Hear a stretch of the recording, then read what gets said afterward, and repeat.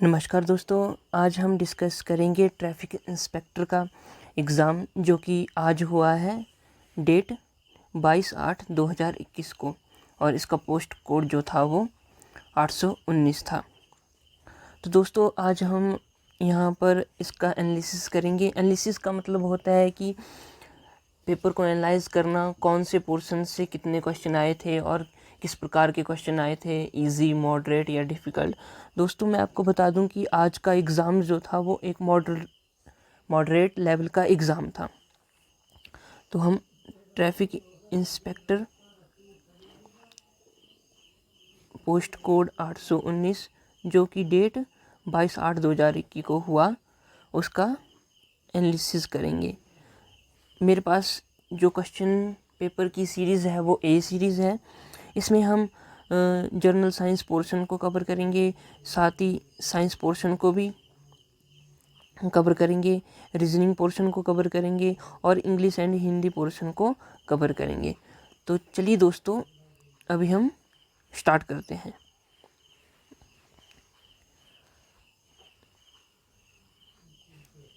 तो हमारा पहला क्वेश्चन है, the Indus valley people worship, मतलब कि सिंधु घाटी के लोग पूजा करते थे। तो किसकी पूजा करते थे? मदर गॉडेस की, यानी कि मातृ देवी की पूजा करते थे। द ऋग्वेद, अगला क्वेश्चन है, the Rigveda consist of how many हाइमन्स, मतलब ऋग्वेदा में कितने सूक्त थे? तो यहाँ पर 1028 इसका उत्तर होगा। अगला क्वेश्चन है, Gautam Buddha was brought up by, यानी कि गौतम बुद्ध का पालन पोषण किसने किया था? दोस्तों मैं आपको बता दूं कि गौतम बुद्ध की जो माता थी, जिन्होंने उनको बर्थ दिया था, जन्म दिया था, वह थी महामाया। और उनके 5-6 दिन के बाद, जन्म के 6 दिन बाद ही उनकी माता की मृत्यु हो गई थी। तो उनका पालन पोषण फिर उनकी मौसी यानी कि महाप्रजापति गौतमी ने किया था। अगला क्वेश्चन है, who among the following except Jainism, मतलब यहाँ पे इन ऑप्शन में से किसने जैन धर्म को स्वीकार किया था? तो इसका सही आंसर होगा चंद्रगुप्त मौर्य, यानी कि चंद्रगुप्त मौर्य ने जैन धर्म को स्वीकार किया था। हु वाज नॉट ए शक रूलर, इनमें से शक रूलर कौन नहीं था? तो मिनांडर जो था वो शक रूलर नहीं था। Who was not a kingdom in ancient India, मतलब कि प्राचीन भारत में इनमें से कौन सा एक साम्राज्य नहीं था? तो यह इसका आंसर होगा हम्पी। हमारा अगला क्वेश्चन है, in which region of India was the Firdausi order of Sufism, मतलब फिरदौसी सूफीवाद जो था वो कहाँ पर लोकप्रिय था? तो इसका आंसर है बिहार में। हमारा नेक्स्ट क्वेश्चन है, सातवाहन्स बिलोंग टू, सातवाहन किस क्षेत्र से संबंधित थे? तो इसका आंसर है आंध्र रीजन। अगला क्वेश्चन है, Babar won the battle of Panipat mainly because, क्योंकि उसकी तुलुगमा जो पत्ती थी उसके कारण वह विजय रहा था पानीपत के युद्ध में। अगला क्वेश्चन है, which Sikh guru led the foundation of city of Amritsar? तो इसका आंसर है गुरु रामदास, ऑप्शन बी गुरु रामदास। अगला क्वेश्चन है, हु सक्सीडेड मीर जाफर, मीर जाफर का उत्तराधिकारी मीर कासिम था। अगला क्वेश्चन है, Gandhara school of art developed during the time, Gandhara कला शैली किसके काल के दौरान विकसित हुई? तो इसका आंसर है कुषाण। अगला क्वेश्चन है, फतेहपुर सिकरी बाज फाउंडेड बाई, फतेहपुर सिकरी की स्थापना किसने की? तो अकबर ने। अगला क्वेश्चन है, who was the author of Humayunnama, Humayunnama का जो लेखक था वह कौन था? तो इसका आंसर है गुलबदन बेगम। अगला क्वेश्चन है, चंगेज खां बाज, चंगेज खां एक मंगोल था।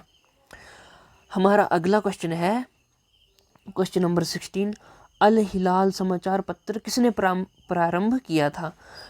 हिल newspaper was started by, option A Abul Kalam Azad. अगला क्वेश्चन है, इंकलाब जिंदाबाद वाज फर्स्ट रेज्ड बाई, यानी कि इंकलाब जिंदाबाद नारा सर्वप्रथम किसने दिया था? तो दोस्तों यह क्वेश्चन मुझे डाउटफुल लगता है, क्योंकि अगर हम बात करें कि सर्वप्रथम यह नारा किसने दिया था, तो उनका नाम कुछ और है जो कि यहाँ पर ऑप्शन में नहीं दिया गया है। लेकिन अगर हम ऑप्शन के हिसाब से देखें तो भगत सिंह इसका सही उत्तर होगा। परंतु भगत सिंह ने यह नारा प्रसिद्ध किया था, यानी कि उन्होंने ये नारा जो है वो उसका यूज़ किया था, परंतु भगत सिंह ने सबसे पहले यह नारा नहीं दिया गया था। तो ऑप्शंस के अकॉर्डिंग यहाँ पर आंसर होगा भगत सिंह। अगला क्वेश्चन है, बोला पिछड़े वर्गों का उत्थान किसका मुख्य कार्यक्रम था। यानी कि जो भी ऑप्शन में दिए गए मिशन है, इनके अकॉर्डिंग जो पिछड़े वर्ग थे उनको अपलिफ्ट करने के लिए कौन सा समाज जो था वो यहाँ पर था। तो इसका ऑप्शन होगा ऑप्शन डी। अगला क्वेश्चन है, वल्लभ भाई Patel was born at. Vallabh भाई पटेल कहाँ पैदा हुए थे। इसका आंसर है ऑप्शन डी, नडियाद। अगला क्वेश्चन है, द और रॉलेट एक्ट लेड टू। तो इसका आंसर होगा मैसाकार एट अमृतसर। अमृतसर में जो नरसंहार हुआ था वह रॉलेट एक्ट की वजह से ही हुआ था। अगला क्वेश्चन है, which of the following describe India as a secular state. Bharat को धर्मनिरपेक्ष राज्य के रूप में वर्णित करता है संविधान की प्रस्तावना, यानी कि कॉन्स्टिट्यूशन की प्रीएम्बलम। हमारा अगला क्वेश्चन है, 1/3 of member of Rajya Sabha retire. यानी कि 1/3 राज्यसभा के लोग कब रिटायर होते हैं। तो हर 2 साल बाद रिटायर होते हैं। हमारा अगला प्रश्न है, the legislative power are vested in. यानी कि विधायी शक्तियाँ जो है वो किसमें निहित होती हैं। तो इसका बिल्कुल सही आंसर ऑप्शन बी, संसद में या पार्लियामेंट। अगला क्वेश्चन है, the age of retirement of the जज ऑफ हाई कोर्ट। यानी कि हाई कोर्ट के जो जज होते हैं उनकी रिटायरमेंट एज कितनी होती है। तो इसका आंसर है 62 ईयर्स। अगला प्रश्न है, in which year were the first general elections held in India. भारत में प्रथम आम चुनाव किस वर्ष हुए। तो ये है 1951-52 में। अगला प्रश्न है, total number of schedules now in Indian constitution. यानी कि शेड्यूल्स दोस्तों, भारत में वर्तमान में कितनी अनुसूचियां हैं। यानी कि 12 अनुसूचियां हैं। अगला प्रश्न है, the state having the largest population of schedule caste. यानी कि एससी पॉपुलेशन सबसे ज़्यादा कहाँ है, उत्तर प्रदेश में। अगला प्रश्न है, the president of USA is elected after every 4 year. यानी कि संयुक्त राज्य अमेरिका के जो राष्ट्रपति है वो हर 4 साल बाद चुने जाते हैं। अगला प्रश्न है, which is regarded as guardian of constitution. किसे भारतीय संविधान का संरक्षक माना जाता है। तो इसका आंसर है सर्वोच्च न्यायालय। अगला प्रश्न है, who is elected by single transferable vote method in India. एकल हस्तांतरणीय मत पद्धति के द्वारा किसे चुना जाता है। तो यह चुना जाता है राष्ट्रपति जी को। अगला क्वेश्चन है, which is presided by a non member. इन किसकी अध्यक्षता गैर सदस्य द्वारा की जाती है। तो इसका आंसर होगा ऑप्शन ए, राज्यसभा की अध्यक्षता उपराष्ट्रपति के द्वारा की जाती है, जो कि वहां का सदस्य नहीं होता है। अगला प्रश्न है, who was the first election chief commissioner. यानी कि फर्स्ट इलेक्शन चीफ कमिश्नर कौन थे। इसका आंसर है सुकुमार सेन। अगला प्रश्न है, from which language the term democracy has been derived. यानी कि डेमोक्रेसी है वो किस भाषा से उत्पन्न हुई है। उसका आंसर है ग्रीक भाषा से। अगला प्रश्न है, किसने संविधान को पवित्र दस्तावेज कहा था। तो डॉक्टर भीमराव अंबेडकर जी ने। अगला प्रश्न है, joint sitting of both houses of parliament is presided over by. यानी कि जो संयुक्त बैठक है उसकी अध्यक्षता किसके द्वारा की जाती है। तो इसका आंसर होगा लोकसभा के स्पीकर द्वारा। दोस्तों ये क्वेश्चन बहुत ही कंफ्यूजिंग सा क्वेश्चन है, मैक्सिमम लोगों ने गलत किया होगा, क्योंकि जो संयुक्त बैठक जो होती है वो राष्ट्रपति द्वारा बुलाई जाती है। यानी कि राष्ट्रपति जो है वो उस बैठक को बुलाता है, लेकिन इसकी अध्यक्षता जो है वो लोकसभा स्पीकर के द्वारा की जाती है। ठीक है दोस्तों, हमारा अगला प्रश्न है, there is no sun the colour of sky would be. यानी कि अगर आसमान में सूर्य नहीं होगा तो आसमान का रंग कैसा होगा। दोस्तों जाहिर सी बात है कि अगर आसमान में सूर्य नहीं होगा तो आसमान का रंग काला होगा। तो इनमें से ऑप्शन डी जो है वो सही होगा। The sea of tranquillity is on. Sea of tranquillity कहाँ है।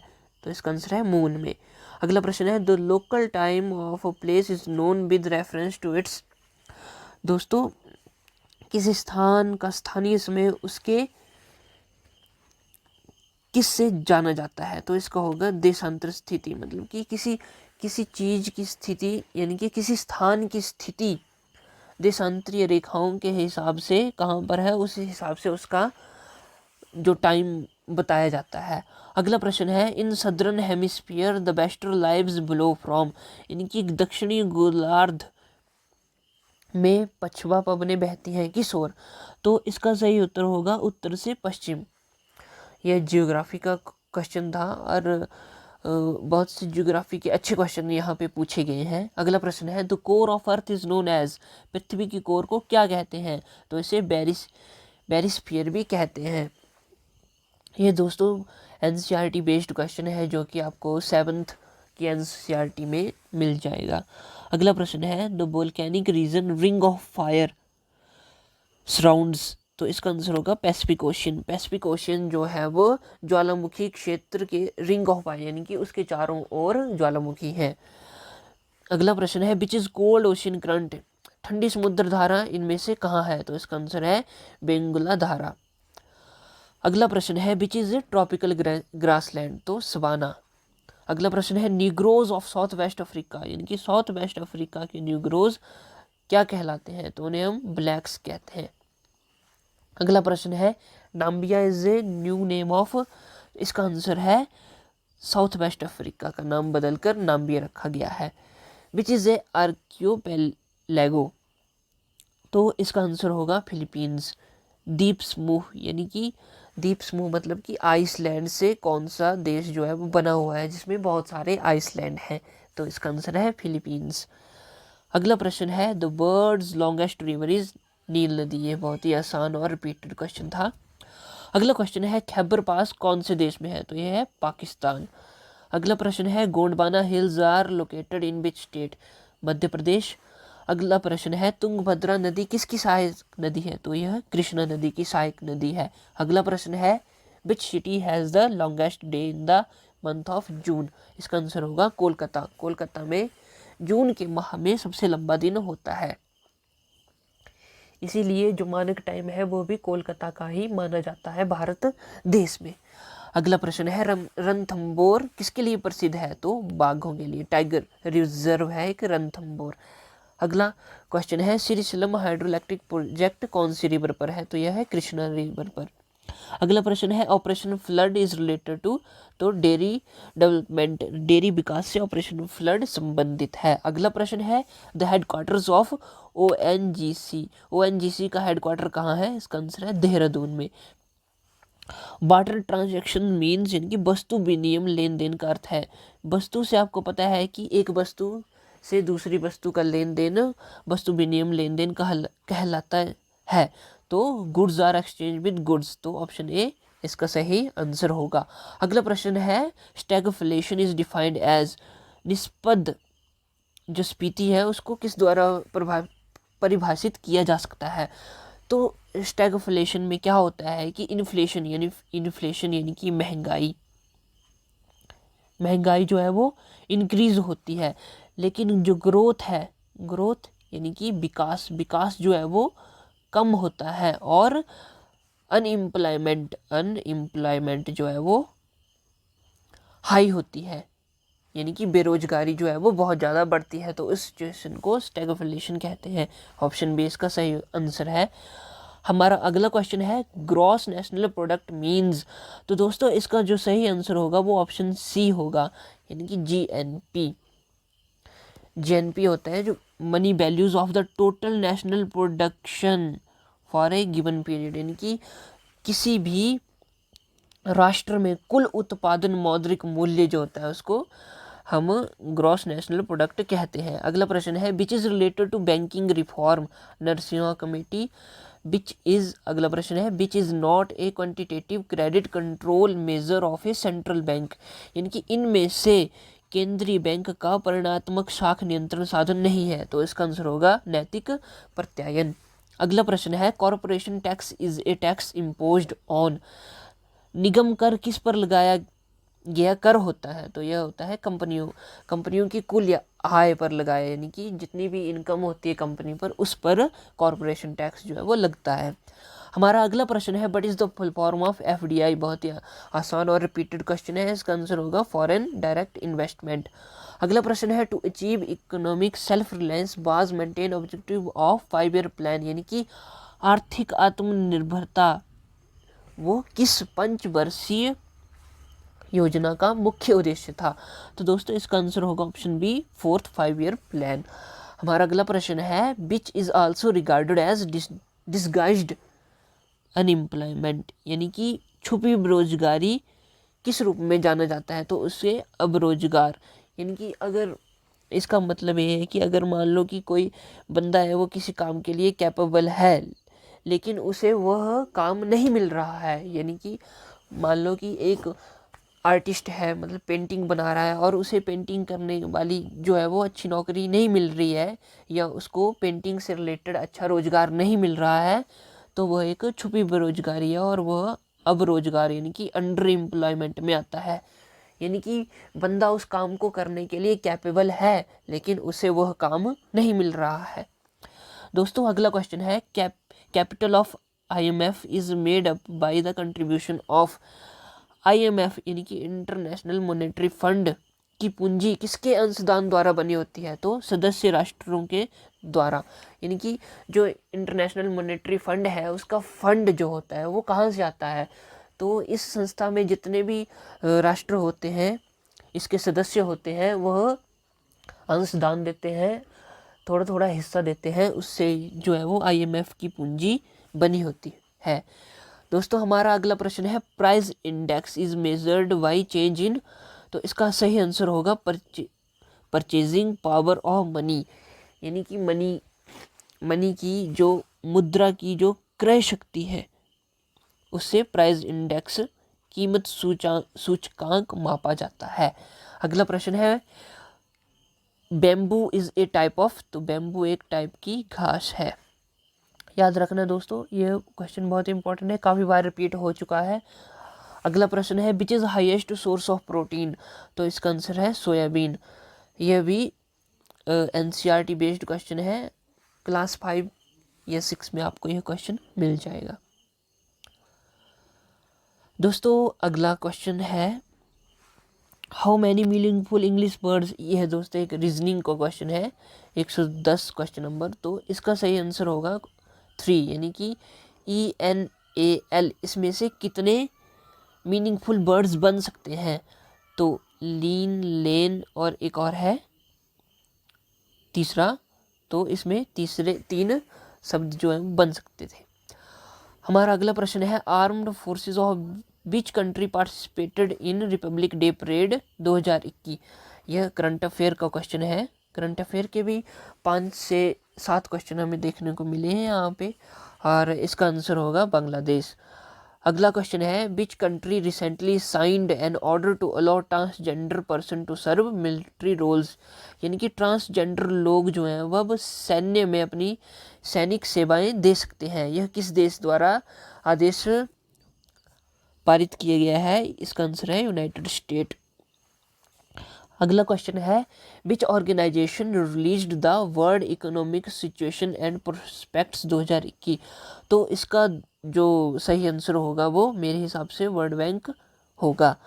हमारा अगला प्रश्न है which Indian state has recently launched a new initiative name jail tourism, jail tourism नामक जो इनिशिएटिव है, एक पहल है, वो किसने शुरू की, तो महाराष्ट्र द्वारा की गई है। अगला प्रश्न है यूनियन बजट मोबाइल एप्लीकेशन किसके द्वारा डेवलप की गई है, तो ये की गई है नेशनल इंफॉर्मेटिक्स सेंटर।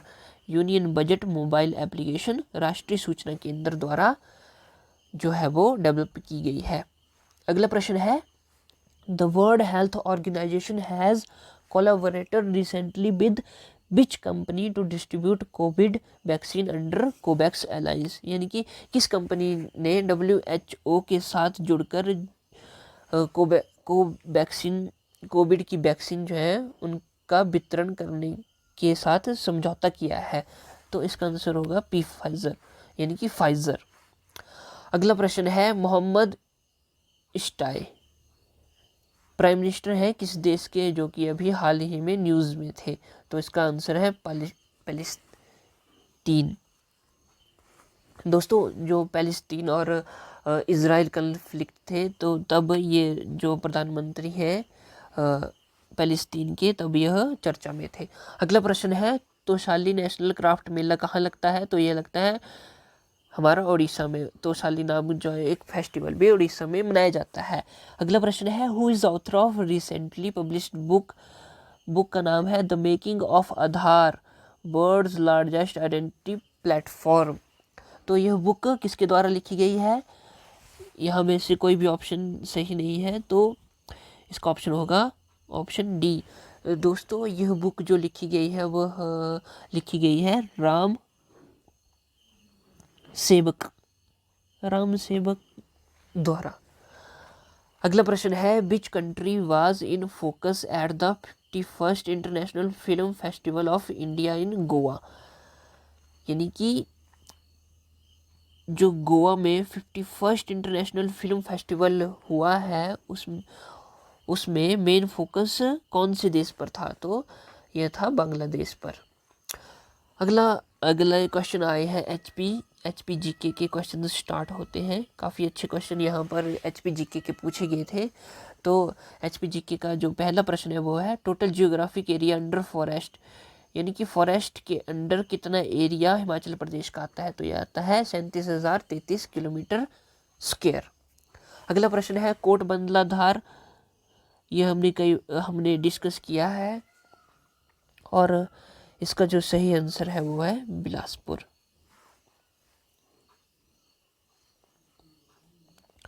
हमारा अगला प्रश्न है, टुंडा वाइल्ड लाइफ सेंचुरी कहाँ पर है? तो यह है चंबा में।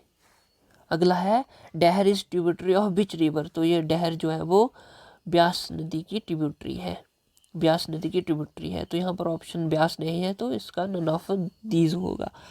अगला क्वेश्चन है, रूपा वैली कहाँ है? तो इसका सही आंसर है किन्नौर। हमारा अगला प्रश्न है, भुंडा festival is celebrated in which district of HP? तो भुंडा फेस्टिवल कहाँ मनाया जाता है? कुल्लू में। तो इसका सही आंसर है नन ऑफ द अबव, ये नन ऑफ दीज। हमारा अगला क्वेश्चन है, गोची फेस्टिवल, यानी कि गोची फेस्टिवल कहाँ पे मनाया जाता है? तो यहाँ पर ऑप्शन नहीं है जो इसका सही आंसर है, तो इसका ऑप्शन होगा option D, none of these. हमारा अगला क्वेश्चन है, रानी खैरगढ़ी फेमस जो है वो कौन से डिस्ट्रिक्ट से संबंध रखती है? तो वह इसका आंसर होगा मंडी डिस्ट्रिक्ट, वह मंडी डिस्ट्रिक्ट से संबंध रखती है। गढ़गुफर लेक शिमला में। ये दोस्तों अभी हमारे चैनल पर 4-5 ही वीडियो आई है, और जो लेक्स शिमला की लेक्स में वो यह हमने बताया था, तो यह क्वेश्चन वहाँ से डायरेक्ट पूछा गया है। दोस्तों आप हमारे चैनल को सब्सक्राइब करें ताकि हम आपके लिए ऐसी ही वीडियोस लेके आते रहें जो आने वाले एग्ज़ाम्स के लिए बहुत ही महत्वपूर्ण होगी। अभी हम खास तौर से एचपी पुलिस और एचपी फॉरेस्ट के लिए हिमाचल प्रदेश जीके, मैथ्स और रीजनिंग की वीडियोस भी लेके आएंगे। तो आपको हमारा सपोर्ट करना होगा, और ज़्यादा से ज़्यादा हमारा चैनल सब्सक्राइब करना है। तो हमारा अगला क्वेश्चन है, फर्स्ट गवर्नर जनरल जो कि शिमला आए थे वो कौन थे? लॉर्ड आर्महर्स्ट। दोस्तों हमारा अगला क्वेश्चन है, first private university of HP की जो फर्स्ट प्राइवेट यूनिवर्सिटी वो कौन थी? JP, university of information technology. अगला क्वेश्चन है, Dalhousie was founded in which year? जो डलहौजी हमारा स्थान है वो कौन से वर्ष में स्थापित किया गया था? इसकी स्थापना हुई थी दोस्तों 1860 ईस्वी में। अगला प्रश्न है, सिरमौरी ताल fort is located at which place in HP? तो ये सिरमौरी ताल फोर्ट जो है वो हमारा सिरमौर में है और पौंटा साहिब इलाके में है। अगला क्वेश्चन है, which is popularly known as land of grapes? Land of grapes किसे कहा जाता है? तो रिब्बा को कहा जाता है। अगला प्रश्न है अर्धनारीश्वर टेम्पल कहाँ है? मंडी में। अगला क्वेश्चन है ठियोग राज्य की स्थापना किसने की? जयचंद ने की। अगला क्वेश्चन है भूरी सिंह म्यूजियम की स्थापना किस वर्ष हुई थी? तो दोस्तों भूरी सिंह म्यूजियम की स्थापना 1908 ईस्वी में हुई थी। अगला प्रश्न है territorial council was abolished in which year in HP? तो हिमाचल प्रदेश में क्षेत्रीय परिषद किस वर्ष समापित हुई? ऑप्शन डी 1963 ईस्वी में। अगला क्वेश्चन है which is executing agency of Uhl 3 hydro electric project, यानी कि ऊहल जो 3 जल विद्युत परियोजना है वह किसके अंडर है या इसकी कार्यकारी एजेंसी कौन है? तो यह है Himachal Pradesh HPSEB, Himachal Pradesh state electrical board. B. तो दोस्तों यह थी GS की एनालिसिस। जल्दी ही हम रीजनिंग, हिंदी, इंग्लिश और कंप्यूटर की एनालिसिस भी की वीडियोस भी अपलोड कर देंगे। दोस्तों आपको हमारा सपोर्ट करना है, हमारा चैनल सब्सक्राइब करना है।